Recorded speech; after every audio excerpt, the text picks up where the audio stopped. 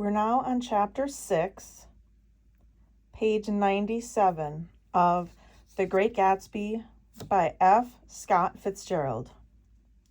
About this time, an ambiguous young reporter from New York arrived one morning at Gatsby's door and asked him if he had anything to say. "Anything to say about what?" inquired Gatsby politely. "Why, any statement to give out." It transpired after a confused 5 minutes that the man had heard Gatsby's name around his office in a connection with which he either wouldn't reveal or didn't fully understand. This was his day off, and with laudable initiative, he had hurried out to see. It was a random shot, and yet the reporter's instinct was right. Gatsby's notoriety spread about by the hundreds who had accepted his hospitality and so become authorities upon his past, had increased all summer until he fell just short of big news. Contemporary legends such as the underground pipeline to Canada attached themselves to him, and there was one persistent story that he didn't live in a house at all, but in a boat that looked like a house and was moved secretly up and down the Long Island shore.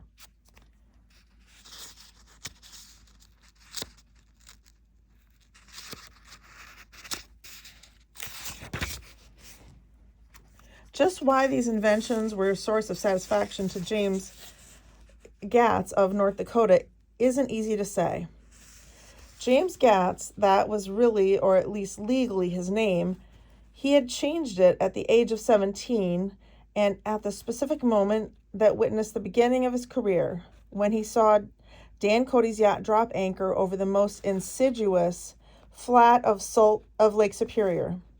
It was James Gatz who had been loafing along the beach that afternoon in a torn green jersey and a pair of canvas pants, but it was already J. Gatsby who borrowed a rowboat, pulled out to the Tuolumne, and informed Cody that a wind might catch him and break him up in half an hour.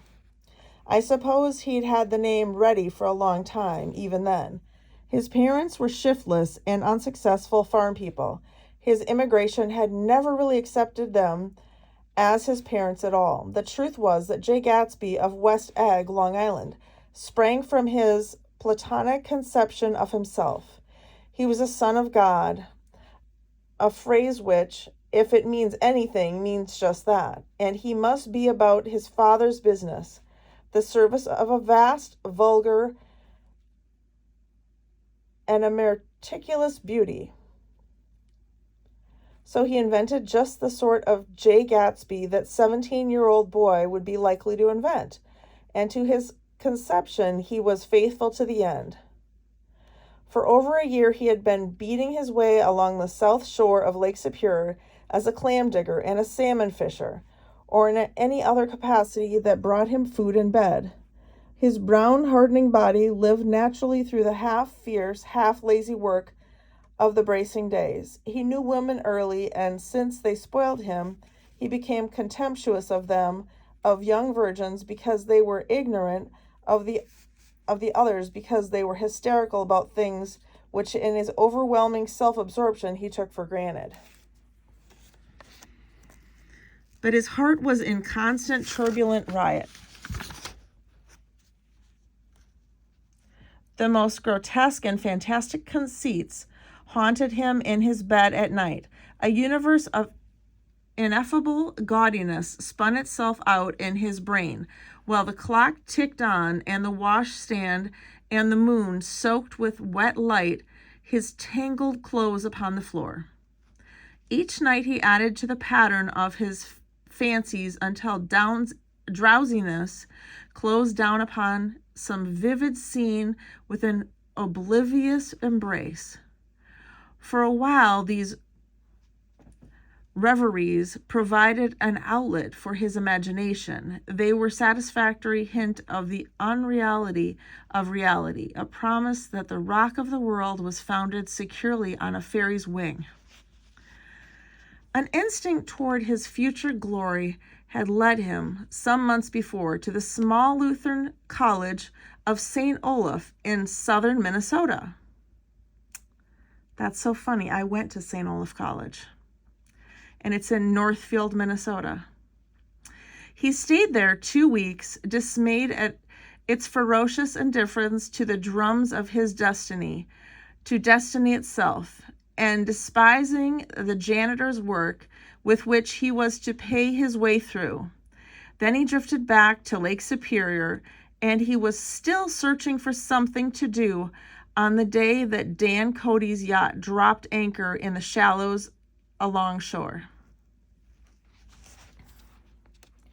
Cody was 50 years old then, a product of the Nevada silver fields, of the Yukon, of every rush for metal since '75.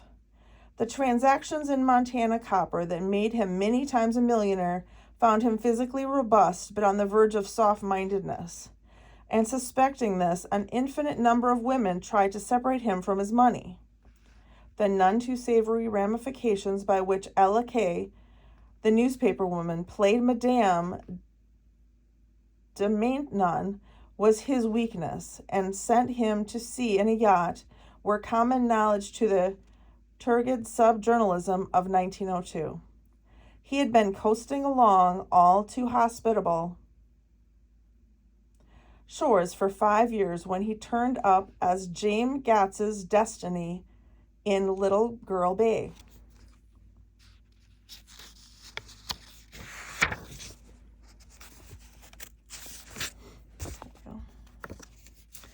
To young Gats, resting on his oars and looking up at the railed deck, that yacht represented all the beauty and glamour in the world.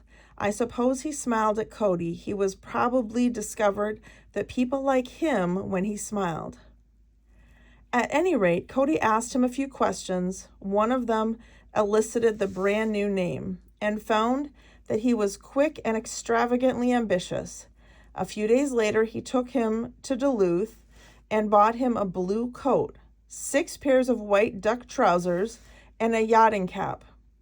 And when the Tuolumne left for the West Indies and the Barbary Coast, Gatsby left too. He was employed in vague personal capacity. While he remained with Cody, he was in turn steward, mate, skipper, secretary, and even jailer for Dan Cody. Sober knew what lavish doings Dan Cody drunk might soon be about, and he provided for such contingencies by reposing more and more trust in Gatsby. The arrangement lasted 5 years, during which the boat went 3 times around the continent. It might have lasted indefinitely, except for the fact that Ella Kay came on board one night in Boston, and a week later Dan Cody inhospitably died. I remember the portrait of him in Gatsby's bedroom, a gray, florid man with a hard, empty face, the pioneer debauchee who during one phase of American life brought back to the eastern seaboard the savage violence of the frontier brothel and saloon. It was indirectly due to Cody that Gatsby drank so little. Sometimes in the course of gay parties, women used to rub champagne into his hair. For himself, he formed the habit of letting liquor alone. And it was from Cody that he inherited money, a legacy of $25,000. He didn't get it. He never understood the legal device that was used against him, but that remained of the millions went intact to Ella Kay. He was left with his singularly appropriate education. The vague contour of J. Gatsby had filled out to the substantiality of a man.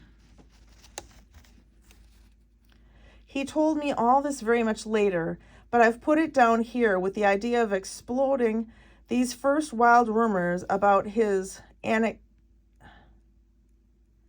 antecedents, which weren't even faintly true. Moreover, he told it to me at a time of confusion, when I had reached the point of believing everything and nothing about him.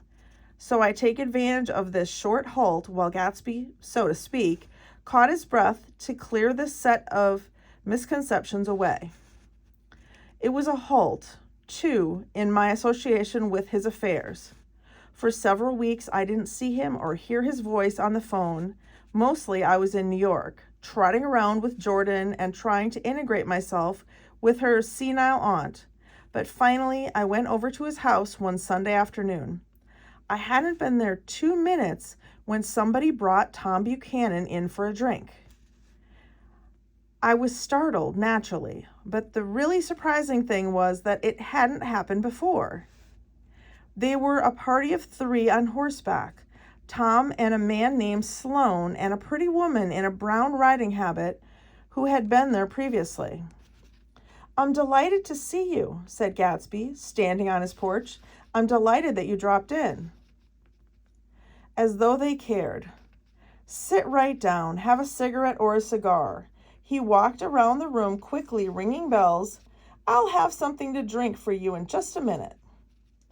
He was profoundly affected by the fact that Tom was there, but he would be uneasy anyhow until he had given them something, realizing in a vague way that was all they came for. Mr. Sloane wanted nothing. A lemonade? No, thanks. A little champagne? Nothing at all, thanks. I'm sorry.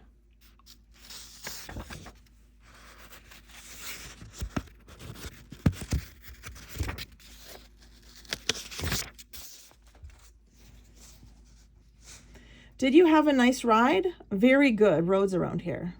"I suppose the automobiles." "Yeah." I moved by an irresistible impulse. Gatsby turned to Tom, who had accepted the introduction as a stranger. "I believe we've met somewhere before, Mr. Tongue twister, Mr. Buchanan." "Oh, yes," said Tom, gruffly polite, but obviously not remembering. "So we did. I remember it very well." "About 2 weeks ago." "That's right. You were with Nick here." "I know your wife," continued Gatsby, almost aggressively. "That so?" Tom turned to me. "You live near here, Nick?" "Next door." "That's so." Mr. Sloane didn't enter into the conversation, but lounged back haughtily in his chair. The woman said nothing, either, until unexpectedly, after 2 highballs, she became cordial. "Well, I'll come over to your next party, Mr. Gatsby," she suggested. "What do you say?" "Certainly, I'd be delighted to have you." Nice," said Mr. Sloane, without gratitude. "Well, think I ought to be starting home." "Please don't hurry," Gatsby urged them. He had control of himself now, and he wanted to see more of Tom. Why don't you stay for supper? I wouldn't be surprised if some other people dropped in from New York." "You come to supper with me," said the lady enthusiastically. "Both of you." This included me. Mr. Sloane got to his feet. "Come along," he said, but to her only. "I mean it," she insisted. "I'd love to have you. Lots of room." Gatsby looked at me questioningly. He wanted to go, and he didn't see that Mr. Sloane had determined he shouldn't. "I'm afraid I won't be able to," I said. "Well, you come," she urged, concentrating on Gatsby. Mr. Sloane murmured something close to her ear. "We won't be late if we start now," she insisted aloud. "I haven't got a horse," said Gatsby. "I used to ride in the army, but I've never bought a horse. I'll have to follow you in my car. Excuse me for just a minute." The rest of us walked out onto the porch, where Sloane and the lady began an impassioned conversation aside. "My God, I believe the man's coming," said Tom. "Doesn't he know she doesn't want him?" "She says she does want him." "She has a big dinner party, and he won't know a soul there," he frowned. "I wonder where in the devil he met Daisy. By God, I may be old-fashioned in my ideas, but women run around too much these days to suit me. They meet all kinds of crazy fish." Suddenly, Mr. Sloane and the lady walked down the steps and mounted their horses. "Come on," said Mr. Sloane to Tom. "We're late. We've got to go." And then to me, "Tell him we couldn't wait, will you?" Tom and I shook hands, the rest of us exchanged a cool nod, and they trotted quickly down the drive, disappearing under the August foliage, just as Gatsby, with hat and light overcoat in hand, came out the front door. Tom was evidently perturbed at Daisy's running around.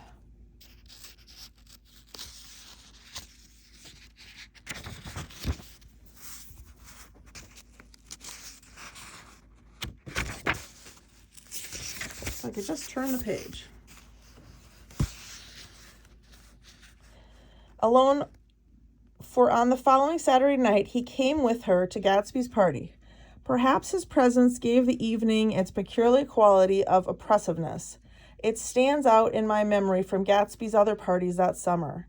There were the same people, or at least the same sort of people, the same profusion of champagne, the same many-colored, many-keyed commotion, but I felt an unpleasantness in the air, a pervading harshness that hadn't been there before. Or perhaps I had merely grown used to it, grown to accept West Egg as a world complete in itself, with its own standard and its own great figures, second to nothing, because it had no consciousness of being so. And now I was looking at it again through Daisy's eyes. It is invariably saddening to look through new eyes at things upon which you have expended your own powers of adjustment.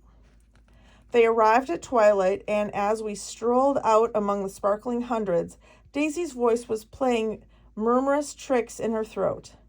"These things excite me so," she whispered. "If you want to kiss me any time during the evening, Nick, just let me know and I'll be glad to arrange it for you. Just mention my name. Or present a green card. I'm giving out green." "Look around," suggested Gatsby. "I'm looking around. I'm having a marvelous—" "You must see the faces of many people you've heard about." Tom's arrogant eyes roamed the crowd. "We don't go around very much," he said. "In fact, I was just thinking I don't know a soul here. Perhaps you know that lady," Gatsby indicated a gorgeous, scarcely human orchid of a woman who sat in state under a white plum tree. Tom and Daisy stared. With that peculiar, I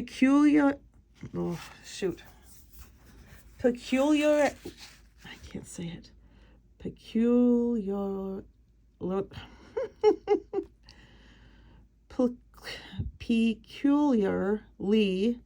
unreal feeling that accompanies the recognition of a hitherto ghostly celebrity of the movies. "She's lovely," said Daisy. "The man bending over her is her director." He took them ceremoniously from group to group, Mrs. Buchanan and Mr. Buchanan. After an instant's hesitation, he added, "The polo player." "Oh, no," objected Tom quickly, "not me." But evidently the sound of it pleased Gatsby, for Tom remained the polo player for the rest of the evening. "I've never met so many celebrities," Daisy exclaimed. "I like that man. What was his name? With the sort of blue nose?" Gatsby identified him, adding that he was a small producer. "Well, I liked him anyhow." "I'd a little rather not be the polo player," said Tom pleasantly. "I'd rather look at all these famous people in oblivion." Daisy and Gatsby danced. I remember being surprised by his graceful, conservative foxtrot. I had never seen him dance before.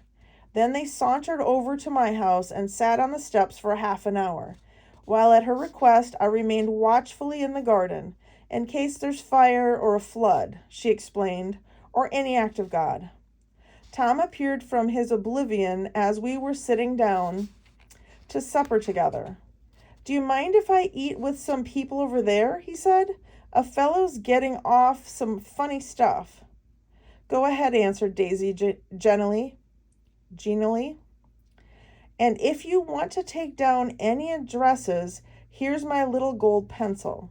She looked around after a moment and told me the girl was common but pretty, and I knew that except for the half hour she'd been alone with Gatsby, she wasn't having a good time.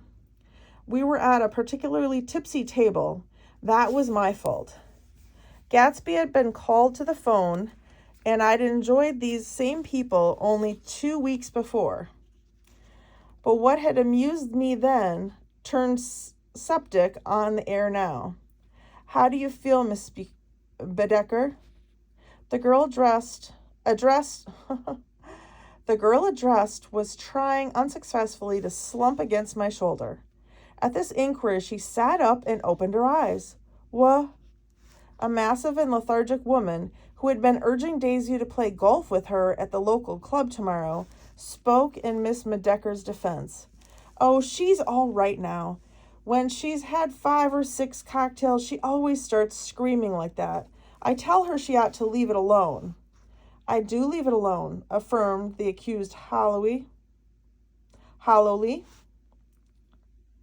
We heard you yelling so. I said to Doc Savette here, there's somebody that needs your help, Doc. She's much obliged, I'm sure, said another friend, without gratitude. But you got her dress all wet when you stuck her head in the pool. Anything I hate is to get my head stuck in a pool, mumbled Miss Bedecker. They almost drowned me once over in New Jersey. Then you ought to leave it alone, countered Dr. Savette. Speak for yourself, cried Miss Bedecker violently. Your hand shakes. I wouldn't let you operate on me. It was like that. Almost the last thing I remember was standing with Daisy and watching the moving picture director and his star. They were still under the white plum tree, and their faces were touching except for a pale, thin ray of moonlight between. It occurred to me that he had been very slowly bending toward her all evening to attain this proximity, and even while I watched, I saw him stoop one ultimate degree and kiss at her cheek. I like her, said Daisy. I think she's lovely. But the rest offended her, and inarguably because it wasn't a gesture but an emotion. She was appalled by West Egg, this unprecedented place that Broadway had begotten upon a Long Island fishing village, appalled by its raw vigor that chafed under the old euphemisms and by the too obtrusive fate that herded in its inhabitants along a shortcut from nothing to nothing. She was something awful in the very simplicity she failed to understand. I sat on the front steps with them while they waited for their car. It was dark here in front. Only the bright doors sent 10 square feet of light volleying out into the soft black morning. Sometimes a shadow moved against a dressing room blind above, gave way to another shadow, an indefinite procession of shadows that rouged and powdered in an invisible glass. Who is this Gatsby anyhow? Demanded Tom suddenly. Some big bootlegger? Where do you hear that? I inquired. I didn't hear it, I imagined it. A lot of these newly rich people are just big bootleggers, you know? Not Gatsby, I said shortly. He was silent for a moment. The pebbles of the drive crunched under his feet. Well, he certainly must have strained himself to get this menagerie together.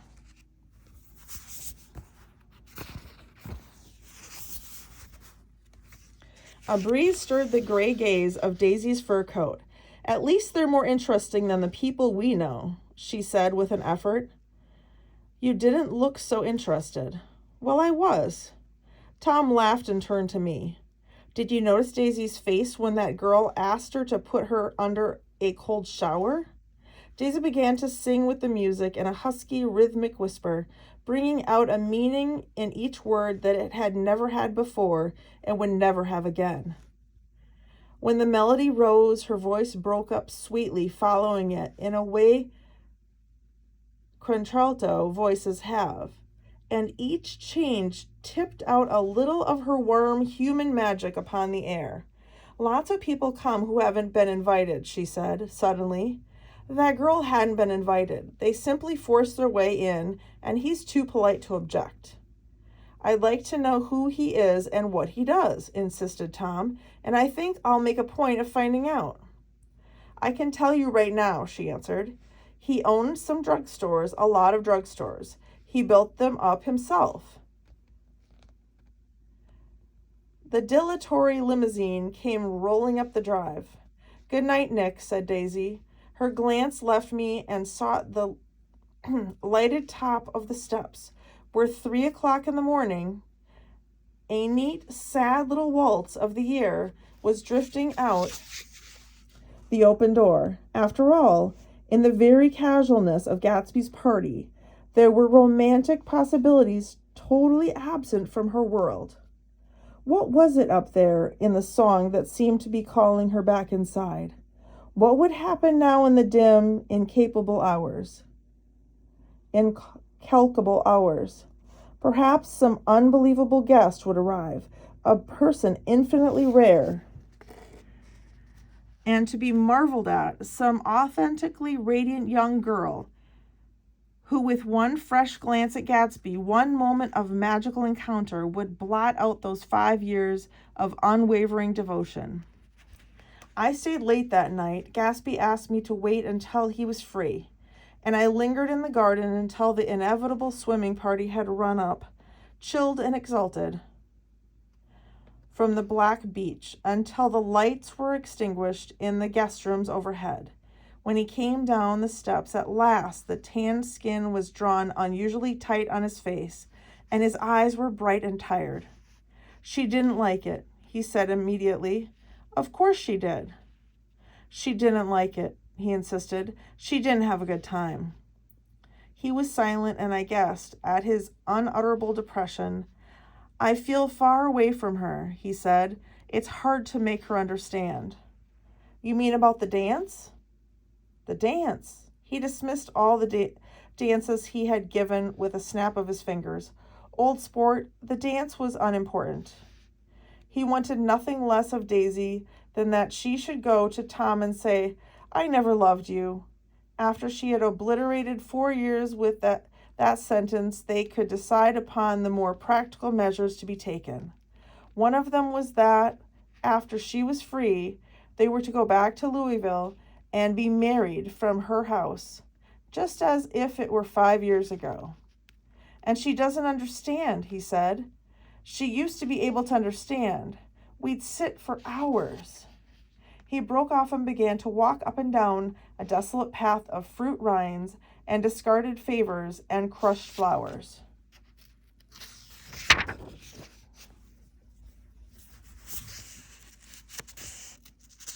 My fingers never grab the pages. I wouldn't ask too much of her, I ventured. You can't repeat the past. Can't repeat the past, he cried incredulously. Why, of course you can. He looked around him wildly as if the past were lurking here in the shadow of his house, just out of reach in his hand. I'm going to fix everything, just the way it was before, he said, nodding determinedly. She'll see. He talked a lot about the past, and I gathered that he wanted to recover something, some idea of himself perhaps, that had gone into loving Daisy. His life had been confused and disordered since then. But if he could once return to a certain starting place and go over it all slowly, he could find out what that thing was. One autumn night, 5 years before, they had been walking down the street when the leaves were falling, and they came to a place where there were no trees and the sidewalk was white with moonlight. They stopped here and turned toward each other. Now it was a cool night, and that mysterious excitement in which comes at 2 changes of the year. The quiet lights in the houses were humming out into the darkness, and there was a stir and a bustle among the stars.